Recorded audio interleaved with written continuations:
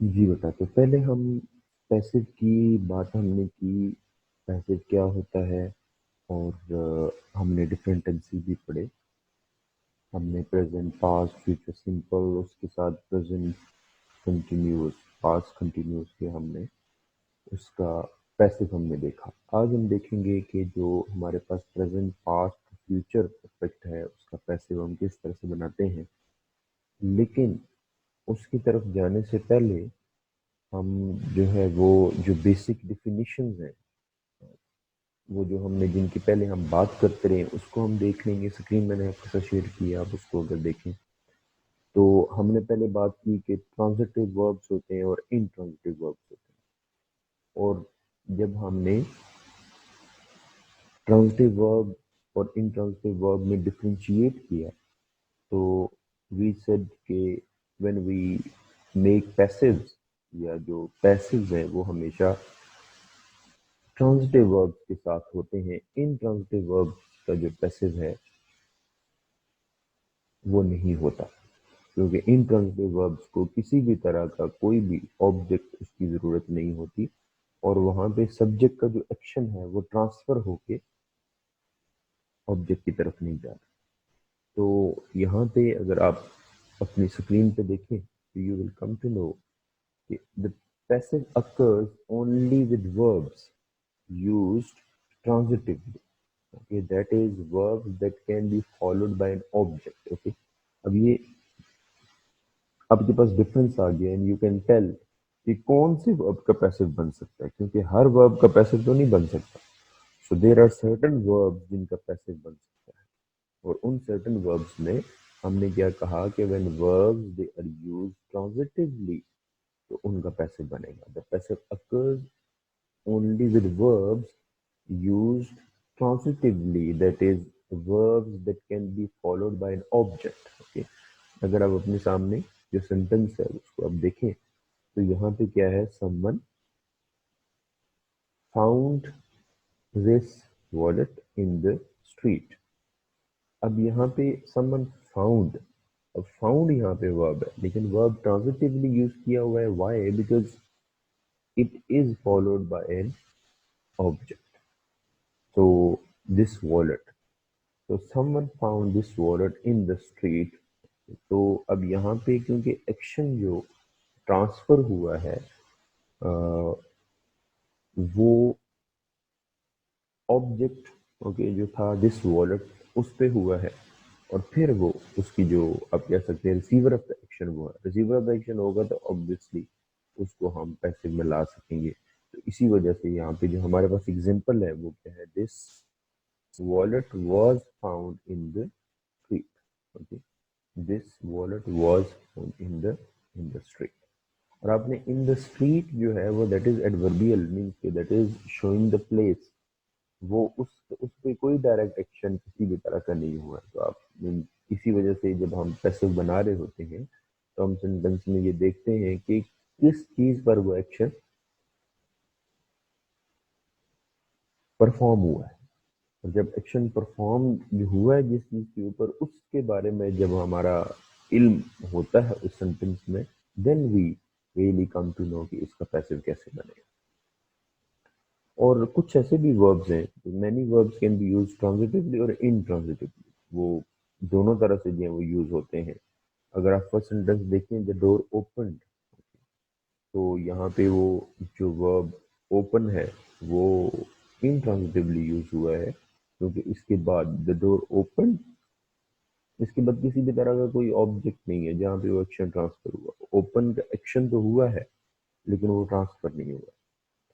तो इसी तरह से जो सेकेंड आपके पास जो है सेंटेंस, वहां पे भी ओपन ही है वर्ब, लेकिन वो ट्रांजिटिवली यूज हुआ है, the door was open.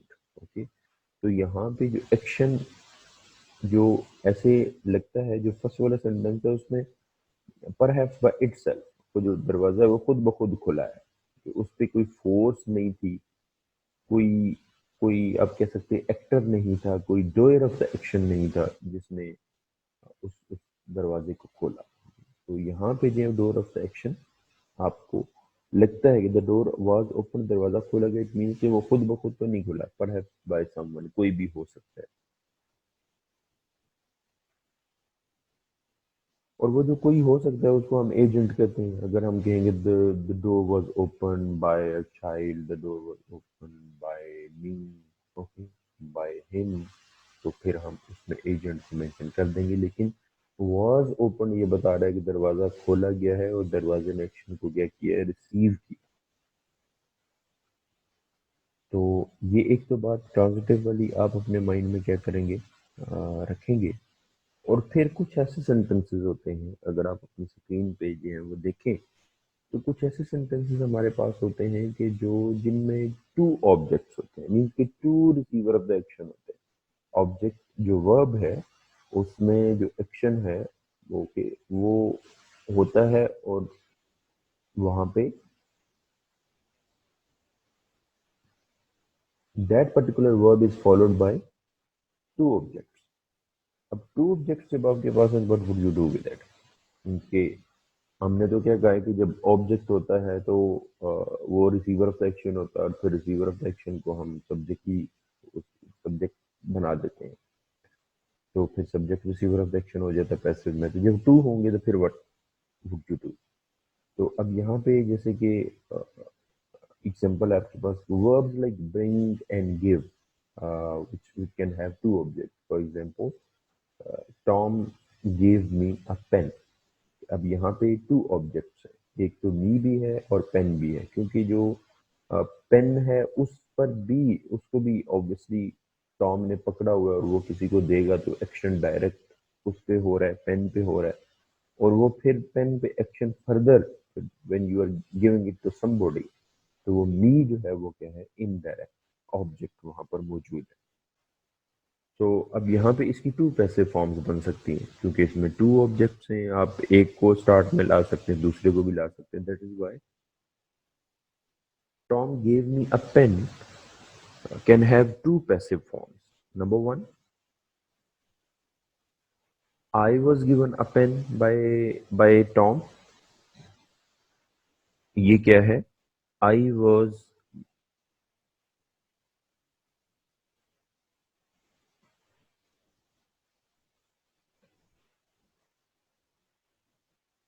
I was given a pen by Tom. So यहाँ पे जो इनडायरेक्ट ऑब्जेक्ट है वो क्या बन रहा है? It becomes subject. Okay, so I was given, it means कि हमने इनडायरेक्ट जो ऑब्जेक्ट मी है वो स्टार्ट में हम लेके गए। ओके, तो सेकंड जो आपके पास है वो क्या है? A pen was given to me. A pen was given to me by Tom. अब यहाँ पे डायरेक्ट ऑब्जेक्ट को उसको हम क्या है, सब्जेक्ट बनाया। डायरेक्ट ऑब्जेक्ट बिकम्स सब्जेक्ट, पहले indirect becomes subject. It means कि कोई भी ऐसा सेंटेंस जिसमें वर्ब के टू ऑब्जेक्ट्स हों, डायरेक्ट और इनडायरेक्ट, तो उसके दो पैसिव बन सकते हैं। लेकिन अब आम तौर पे हम क्या करते हैं, whenever we come across these sentences, what do we do? Because we are often more interested in people or animals than things, personal subjects. Okay, so than things. So personal subjects tend to be more common than impersonal ones. तो वो यहाँ पे suggestion यही है कि जब personal यहाँ पे सब्जेक्ट बन सकते हैं, तो आप इम्पर्सनल से क्या करें, अवॉइड करें। इम्पर्सनल को आप अवॉइड करें। जैसे कि यहाँ पे टू आपके पास पैसिव बने, I was given a pen by Tom, और सेकंड क्या है कि a pen was given to me by Tom. तो अब यहाँ पे पर्सनल जो सब्जेक्ट है वो आई है। तो जो प्रेफरेंस है वो कौन सी होनी चाहिए आपकी? प्रेफरेंस यही है कि आप जो है वो पर्सनल जो है, जो सब्जेक्ट्स हैं उनको आप क्या करें, स्टार्ट में लेके आए। और जो इम्पर्सनल है उनको आप जो है वो क्या करें, उनको अ, उनको अवॉइड करें, उनसे पैसिव बनाना। लेकिन इसका ये मतलब नहीं कि आप उनसे पैसिव क्या करते हैं, बना नहीं सकते। आप पैसिव उनका बना सकते हैं। तो हमने क्या बात की कि हमारे पास डायरेक्ट और इनडायरेक्ट ऑब्जेक्ट दोनों हो सकते हैं। जो इनडायरेक्ट ऑब्जेक्ट है उसको यूजुअली हम स्टार्ट में लेके आते हैं, क्योंकि वो इनडायरेक्ट ऑब्जेक्ट है वो पर्सनल सब्जेक्ट्स बन जाते हैं। तो इसी वजह से I was given this pen is more likely to occur when this pen was given to me. So in sentences like the second example, to और for can be omitted before a personal pronoun. अब यहाँ पे देखें कि अगर this pen was given me, okay, but not usually otherwise this pen was given to my father. तो अब यहाँ पे हम आमतौर पे उसमें प्रपोजिशन का आपको इजाफा भी करना पड़ता है। जब आप पर्सनल प्रोनाउन नहीं स्टार्ट में लेके आ रहे होते, तो पर्सनल सब्जेक्ट्स नहीं लेके आ रहे होते, फिर आपको जैसे कि यहाँ पे अगर आप देखें, a pen was given to me, अब सेंटेंस में टू तो है नहीं, तो वो टू आप वहां पे क्या करना पड़ रहा है, इजाफा करना पड़ रहा है। तो इसी वजह से जब आप क्या करें, जब आप सेंटेंसेस आप इस तरह के सेंटेंसेस में जब आप कंफ्यूज हो रहे हो, तो आप कोशिश करें कि पर्सनल जो आपका ऑब्जेक्ट है उसको आप स्टार्ट में लेके जाएं। ठीक है।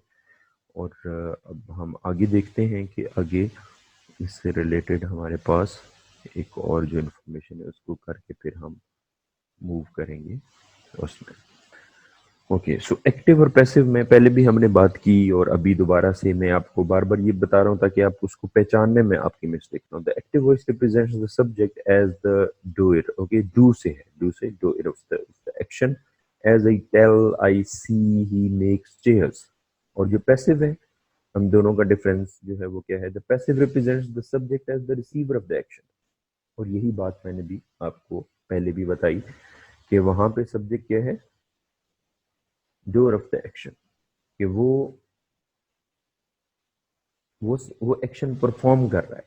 लेकिन दूसरे पैसेज में क्या होता है कि वो subject is not the doer of the action, subject is the receiver of the action. Like I'm told, okay, in there is an example, I am told, okay, so I told, that is subject, it is the doer of the action, okay, why, because it is telling, okay, वो बता रहा है। तो यहाँ पे क्या, आम told, okay, मुझे बताया गया या मुझे बताया जाता है, या आम सीन, मुझे देखा जाता है, I have been seen, chairs are made by me. So since only transitive verbs can have a receiver of the action, only transitive verbs can have both active and passive voice, okay।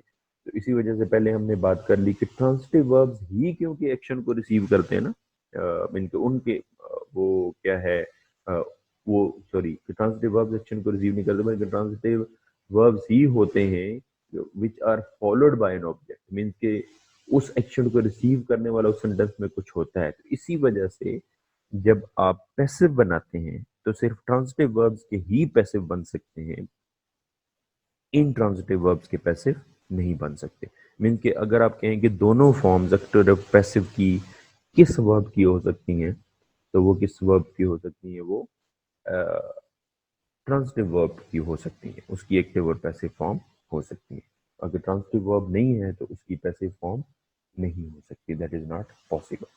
तो अभी हम आते हैं अपने उस tense की तरफ, present और पास्ट और फ्यूचर परफेक्ट की तरफ हम देखते हैं कि हम इन रूल्स को कैसे वहाँ पे अप्लाई करते हैं, और उसके साथ साथ उस जो टेंस है उसका बेसिक स्ट्रक्चर क्या है।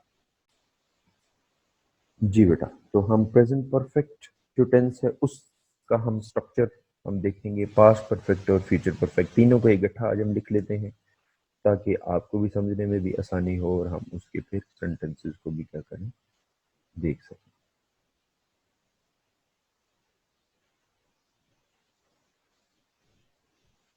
प्रेजेंट और फिर पास्ट और फ्यूचर परफेक्ट। प्रेजेंट, पास्ट और फ्यूचर परफेक्ट तीनों को हम इकट्ठा कर रहे हैं, और उसमें आपने परेशान नहीं होना कि थ्री टेंसेज एक जगह पे इकट्ठे हो जाएंगे, क्योंकि इसमें जिस तरह से कंटिन्यूस में हमने देखा कि उसमें सिर्फ फर्क किसका पड़ा, हेल्पिंग वर्ब का फर्क आता है। यहाँ पर भी बेसिकली हेल्पिंग वर्ब का फर्क है, वैसे तो स्ट्रक्चर क्या रहता है, सेम रहता है। तो दैट इज वाई हम उनको तीनों को कलेक्टिवली लेके चल रहे हैं। तो सबसे पहले हमारे पास आ जाएगा subject as the receiver of the action, passive की हम बात कर रहे हैं। और उसके साथ हमारे पास जो प्रेजेंट में हमारे पास जो ऑक्सिलरी वर्ब्स हैं वो हैं has have. Okay, and you know कि हैव कहाँ पे यूज होता है और हैज कहाँ पे यूज होता है, क्योंकि हम एक्टिव में इसको करके आए हुए हैं। पास्ट में हमारे पास एक ही हेल्पिंग वर्ब यूज होता है, that is quite easy, that is had. And then we have future, और फ्यूचर में हमारे पास विल हैव और शेल हैव, शेल हैव। यहाँ तक तो कोई डिफरेंस नहीं है, जो एक्टिव का है उसमें भी ये हेल्पिंग वर्ब अब यूज कर रहे होते हैं और पैसिव में भी अब यही हेल्पिंग वर्ब यूज कर रहे हैं। तो यहाँ पे फर्क ये है, वो कहाँ पर आएगा? फर्क आएगा कि जब आप इसको इसमें जो एडिशन है वो करेंगे, और एडिशन किस चीज का होगा? सिर्फ एडिशन होगा बीन का। किसका एडिशन होगा? बीन का। सब्जेक्ट हैज बिन, ओके, और have been, had been, will have been, shall have been. Okay, तो बीइंग जो है वो तीनों जो आपके प्रेजेंट के हेल्पिंग वर्ब्स हैं उनके साथ भी जब हम बात करेंगे तो हम बीन ही लिखेंगे। अगर हम पास्ट की बात करेंगे तो हम बीन ही उसके साथ बनाएंगे, क्योंकि हम पैसिव बना रहे हैं। और फिर अगर फ्यूचर की बात करेंगे तो तब भी बीन जो हेल्पिंग वर्ब है वो हम उसके साथ ऐड करेंगे। बोलते हो आप इसको बिन बोलते हैं, she has been, has been. Okay, तो that is what then we have verb third form, and then we have optional thing, and you know about that, by plus agent। okay, और agent के बारे में भी आपने आज मैंने आपको बताया कि किस तरह से एजेंट आप उसमें ऐड कर सकते हैं अगर ज़रूरत हो तो अगर हम इसमें कुछ सेंटेंसेस को देखें तो उनमें हमारे पास जैसे कि अगर हम ये सेंटेंस लिखें, okay, like this news has been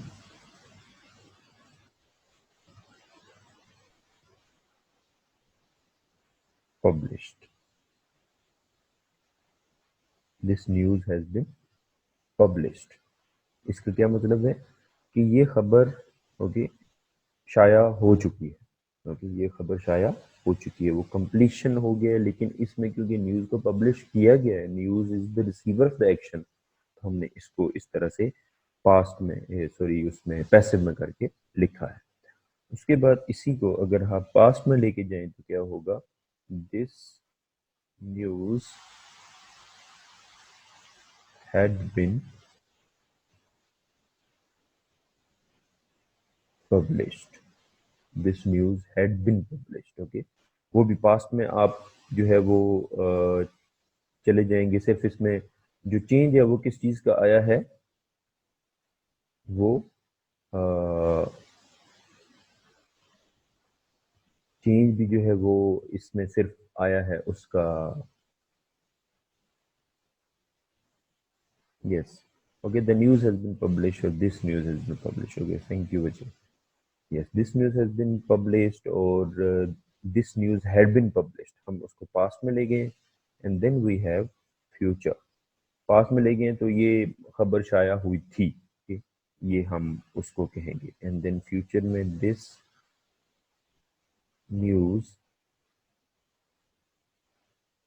will have been published। okay? इस खबर को शाया किया जाएगा।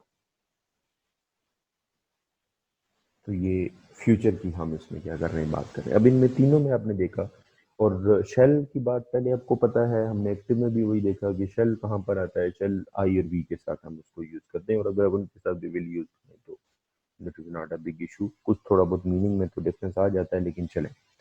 तो इसमें जो चेंज आपके पास बेसिक आ रहा है वो चेंज किसका है? वो चेंज सिर्फ आपके पास हेल्पिंग वर्ब्स का, इसके अलावा देयर इज नो चेंज। और इसके अलावा भी एक दो सेंटेंसेस हम और भी देख लेते हैं, ताकि वो भी उसकी भी जो है वो प्रैक्टिस आपके सामने जो है वो आ जाए। लाइक इसमें आपने क्योंकि जब पास्ट पढ़ा था, तो पास्ट में आपने ये देखा था कि पास्ट में कभी कभी टू उसमें क्लॉजेस भी होती हैं एक सेंटेंस के अंदर। तो उस तरह का पैसिव आ जाए तो तब भी आपने उसको इनके सॉल्व करने की जो है वो कोशिश करनी है, ना कि आपने ये देखना है कि ये तो मुश्किल आ गया है या इसमें। और क्योंकि उसमें एक हिस्सा पैसे में हो सकता है, एक हिस्सा एक्टिव में हो सकता है। जैसे कि अगर हम जो है वो पैसिव की बात करें, तो मेरे वहां पहुंचने से पहले मकान नीलाम किया जा चुका था। ठीक है, तो हम क्या कहेंगे कि द हाउस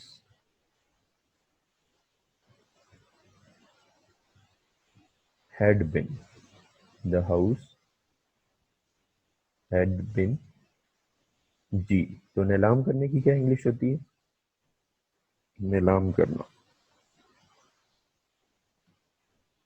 नहीं आ रही, चलें कोई बात नहीं। Okay, the house has been auction होता है नीलाम करना, तो ऑक्शनड। ओके, तो the house has been auction. अब आप इसमें तो एक हिस्सा तो पैसे में आ गया, तो दूसरा जब जब गया, जब हम वहां पहुंचे तो वो तो एक्टिव है। ओके, तो व्हेन वी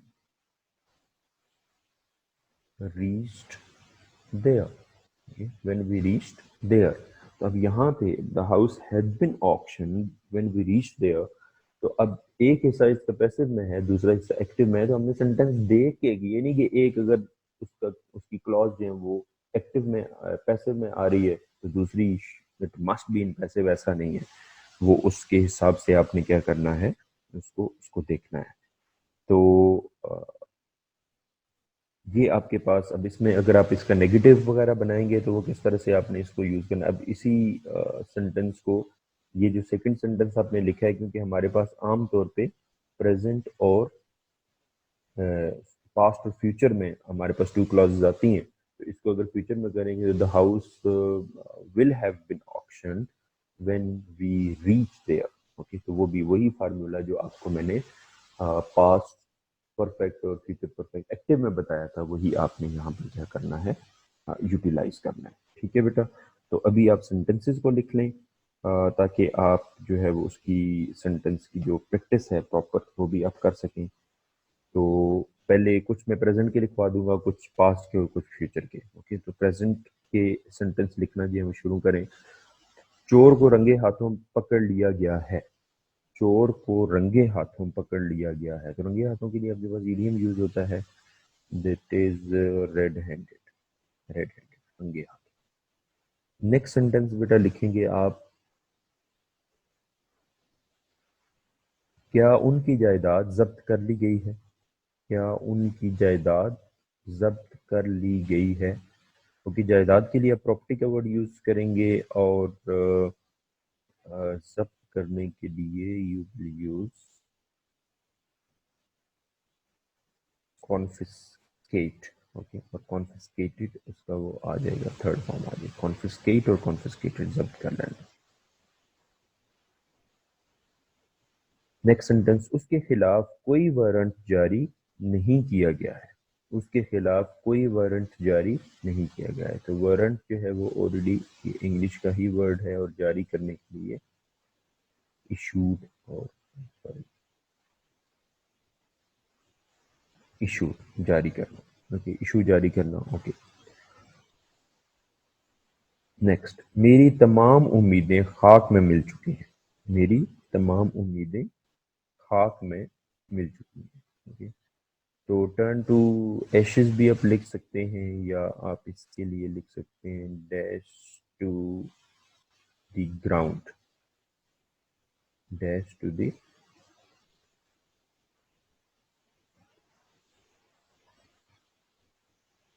ग्राउंड, खाक में मिल जाना, खत्म हो जाना। जी बेटा, नेक्स्ट सेंटेंस, कमजोर तलब इल्मों की हौसला अफजाई नहीं की गई है।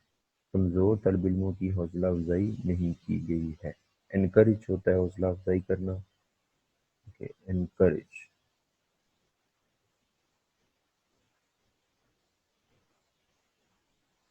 नेक्स्ट आप पास के जो कुछ सेंटेंसेस हैं उनको आप लिख लेंगे।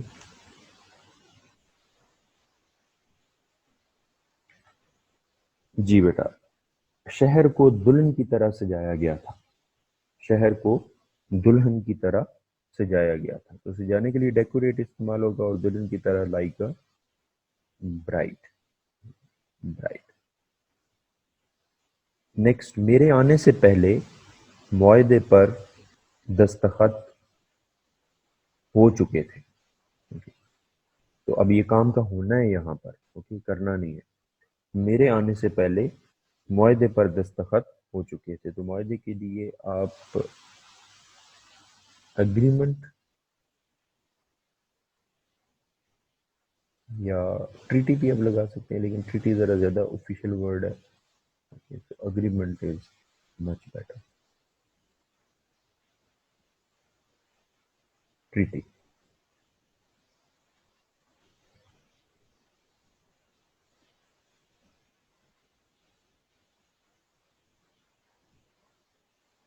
जी, उसे इस मामले में तंबीह कर दी गई थी। उसे इस मामले में तंबीह कर दी गई थी। तंबीह करने के लिए हम क्या यूज करते हैं? वॉर्न। ओके, और वॉन्ट आप लफ्ज यहाँ पे यूज कर लेंगे। नेक्स्ट,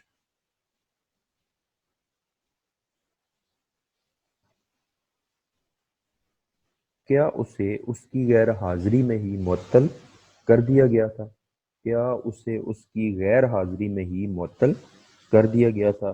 तो मुअत्तल करने का जो है वो पहले भी हमने वर्ड यूज किया सस्पेंडेड, और गैर हाजिरी क्या होगा? एब्सेंस। एब्सेंस और सस्पेंडेड।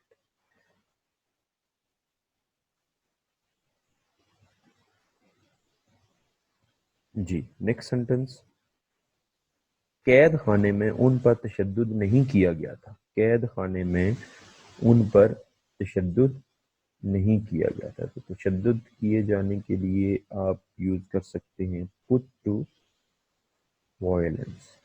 वैसे तो प्रोसिक्यूटेड भी आप लगा सकते हैं इसकी जगह पे, लेकिन पुट टू वायलेंस भी आप लगा सकते हैं। Put to violence. जी बेटा, तो ये आपके पास जो कुछ सेंटेंसेस आके ये आपके पास पास्ट परफेक्ट के आ गए, ठीक है। और पास्ट परफेक्ट में जैसे मैंने आपको पहले बताया कि आपने पास्ट परफेक्ट में क्या करना है, आपने उसमें सिर्फ हेल्पिंग वर्ब को चेंज करना है। प्रेजेंट और पास्ट में यही डिफरेंस है। और अगर दोनों क्लॉजेज वाले सेंटेंस आएंगे तो फिर आपने देखना है कि उसमें आपने अ,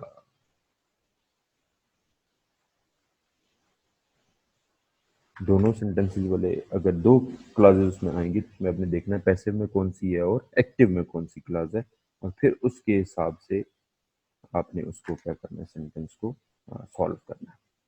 नेक्स्ट बेटा, फ्यूचर के कुछ सेंटेंसेस हैं वो आप लिख लें। शहर में अमन बहाल किया जा चुका होगा।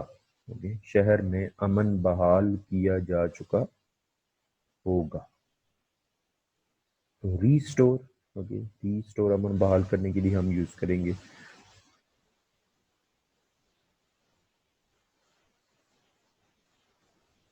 नेक्स्ट सेंटेंस, बहुत से आदमियों को खामखा मुलाजमत से निकाल दिया गया होगा। जैसे कि आजकल जो है वो कोरोना की वजह से बहुत सी प्राइवेट कंपनीज और ये सारे लोग जो है वो कर रहे हैं। तो बहुत से आदमियों को खामखा मुलाजमत से निकाल दिया गया होगा, तो मुलाजमत से निकालने के लिए आप डिसमिस का वर्ड यूज करेंगे निकाल देने के लिए, और खामखा के लिए विदाउट एनी रीजन भी आप लगा सकते हैं, या आप फॉर नथिंग भी आप यूज कर सकते हैं। For nothing.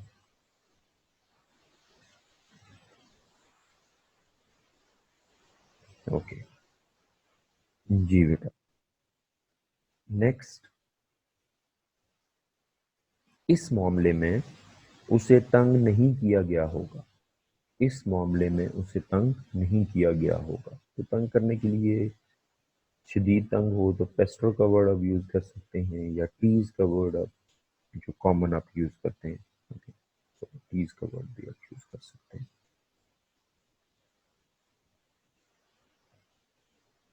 नेक्स्ट, कॉलेज के अहाते में बहुत सारे फूल लगाए जा चुके होंगे।